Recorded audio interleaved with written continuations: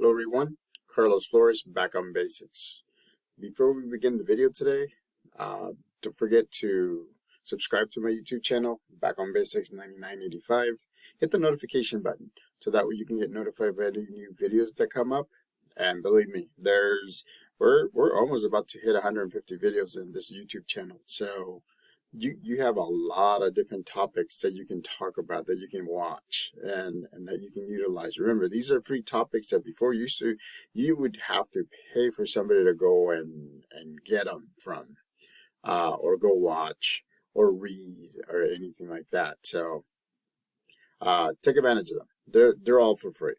Hit the like button if you like this video, and if you have any specific comments, then put them in the comment sections below, or connect with me at Carlos Flores Jr. on Facebook, or let me move my camera a little bit more, or add Back on Basics on Instagram. So without any ado, and I'm readjusting my camera, without any ado, let's talk about how to increase your self-esteem. And so what I'm going to talk to you about is very specific, and I've actually written down so that way I don't forget and I can embellish and tell you a little bit more. So your self-esteem is very important. It's how you think of yourself and how others sometimes see how you think of yourself. So there's two different things. So the first one is how you see yourself, right? Remember, watch some of the videos that I've done before about, knowing who you are, know yourself, know others, know your higher power, know how to achieve your goals, and know how to celebrate your goals. Those things can actually help with self-esteem. And so another thing that I've talked about in a different video is mind-body balance, right? Mind-body balance sounds so easy, but it takes work to do.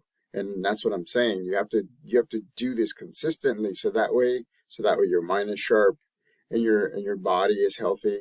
And then when they're both balanced, because remember, it's a two-way street. In cognitive psychology, it says that if you think it, you do it. And if you do it, you think it. So it's a two-way street. And the way that you keep it optimally is to be healthy, physical health, and mental health. And that's the reason why this topic is so important, because self-esteem is what you think of yourself at a snapshot in time, and what others perceive you as another snapshot in time. And so there's different ways to look at things, and there's different ways to deal with things. And so one of the things that I want to talk to you about in kind of increasing and building self-esteem is becoming aware of your triggers. I told you, know yourself, know others, know how to know how to balance, know how to know your higher powers, know how to achieve your goals, and know how to celebrate your goals. So know your triggers. So what gets you angry? What gets you sad? What gets you mad? I mean, you have to explore that within you, because that's very important.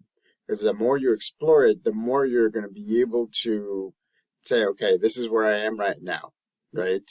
This is how I'm feeling right now. And this is how my attitude is towards myself and towards others. Because it's a two-way. Again, there's a lot of two-way streets. So it's how you see yourself and how others perceive you as being at that time, which can be totally different. Believe me, there are times where the people on the outside are seeing something different than what you're seeing. And that's where the support system, right, comes in. And that's where you get to see what they're thinking, and you get to see what their opinion is, and you accept it or you reject it, but you still embrace it, so that way you can see how to balance your mind and body. So by being aware of your triggers, then make sure that you get to know yourself. Like for example, for me, uh, when somebody's being disrespectful, that's one of my triggers because I always show respect to other people, and I assume that other people are going to show respect to me. But when something like that happens, when I sense or I see that somebody's not being respectful, then I know that I'm not in the best of spaces. I tend to get angry or frustrated, and I tend to get, I need to just rebalance myself. And remember, we talked about in past videos one of the things that I do to kind of center myself or balance myself, deep breathing exercise. Remember, like this.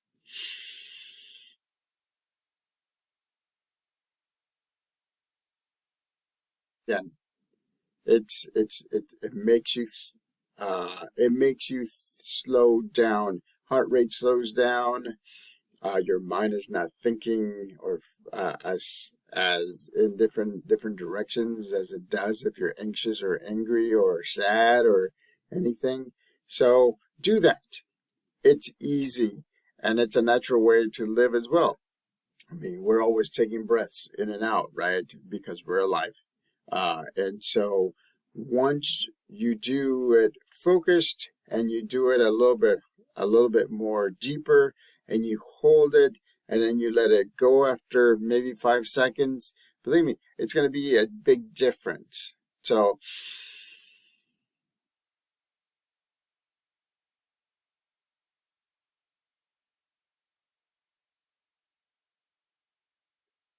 it does. Did you see my shoulders just go down? They went down. They were like this, and not that much, but they went down. But that's because as the oxygen goes in and you hold it right, your body now has to say, wait, you're holding your breath for a little. You're holding your breath. What do we need to do? And then all of a sudden you release it, and then the body's like, whew, let's slow things down because it's not because of fight or flight. It's because of just bringing yourself down a little bit.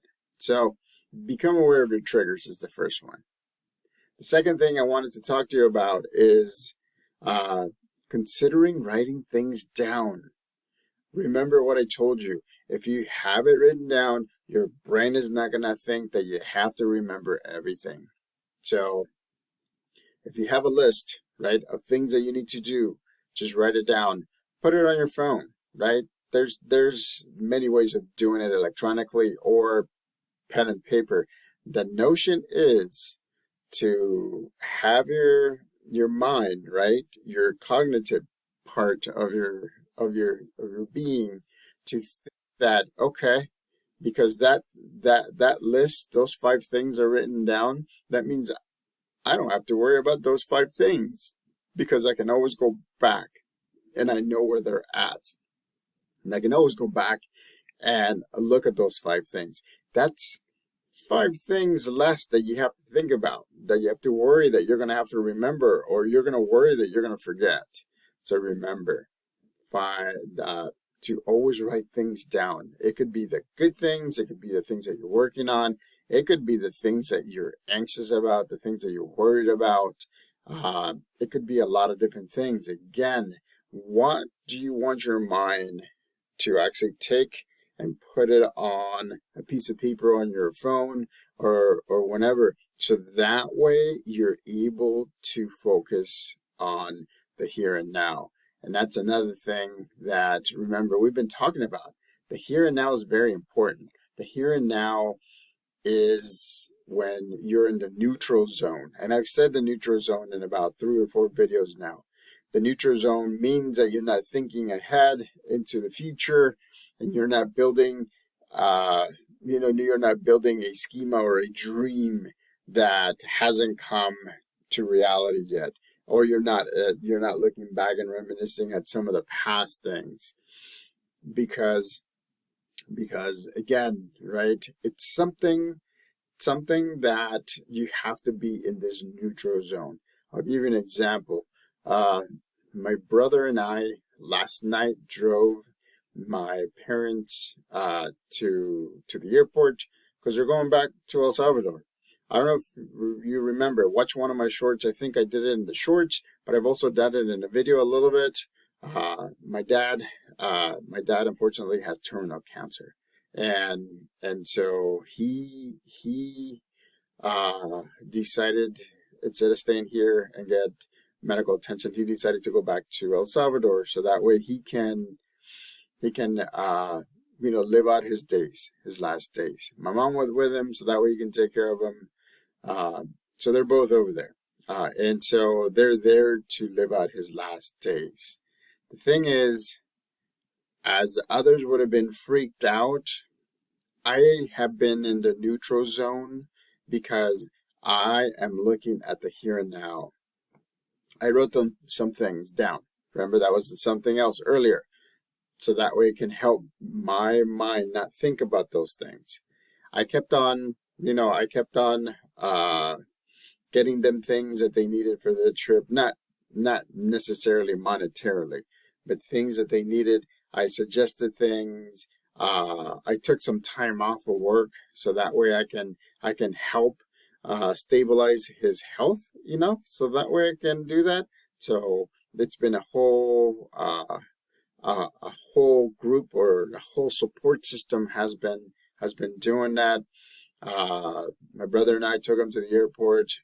We made sure that everything got taken care of. I mean, all the way down from checking in the luggages, getting the boarding passes, to getting him a wheelchair, because it takes him a little bit of time to walk now. I mean, it is what it is. And so today he sent me a picture and he says, "Son, I got here. I'm here." Then I talked a little bit with my mom, and I talked a little bit with him, and he's doing okay. But again, he's going back there so that way he can live the last few days of his life. And we're not sure how. We're hoping that because he's over there, he has family, he has friends, he has everything. That's his land. That's where he was born. That's where I was born. But it's different for me because I've lived here the majority of my life, and he's lived there the majority of his life. And so it's different, right? It's the way you think. It's thinking and doing. By going back, he's balancing his mind and body to a certain extent. And that's the reason why I had to be in the moment. I had to be here and now and say, in reality, I think that would be the best way to do it. Is that what I want? No. I wanted him to stay here, and I wanted him to go through medical things, but that's where he's going to be more balanced. That's where he's going to get more mind-body balance. He's going to be with others all around, and he's going to get the home life that he left over 40 years ago during his last days of his life. And it hasn't hit me, but I am okay. And again, I'm in the moment. I'm very mindful that he will get everything that he needs where he's at, with the help of my mom and with the help of everybody around. So again, right? Make sure that you write things down and you're in the moment, you're in the neutral zone, so you can make the best decisions. Did I make the best decision? I think so. Is it the decision that I wanted? No, but I was able to make the best decision regarding my dad and his health and his last days. And so that's an example of being in the neutral zone. That's an example of me not looking in the future and saying, well, but this, or reminiscing the past. Because believe me, my dad's my rock. He has taught me everything. And so I want to make sure that I get to do the best that I can, the best decisions for him. So that's an example of how you have to do that mind-body balance. You have to let the brain work. You have to let your body work. You have to write things down so that way your brain doesn't have to work as much by saying, I have to remember this. And then you have to also do the body work, which is like the walking into things, which you see me doing. I mean, sometimes I do 5-6 miles, sometimes I do 4, but I do something whenever I can. So again, that's another one. So, um, one of the important things, one of the couple of things that I want to talk to you about is your support system. Remember, I've talked about it. I'm not going to go into detail because I've talked about it before in other videos. So make sure that you look at the other videos because your support system is very important. Your support system are the people that are going to tell it to you the way it is, the way that the people are going to be able to support you in any way that you can. And it could be family members, it could be friends, it could be colleagues, it could be, again, it could be a group, it could be, it could be like a church, or it could be a monastery, it could be a lot of different ways that a support system is part of your life. And you should be part of a support system as well. You should be able to support others just like others have supported you or are trying to support you. And so having a support system kind of balances you. It takes you out of being you and somebody helps you look at you in a neutral perspective. So that way you can see what you need to change if you need to change anything.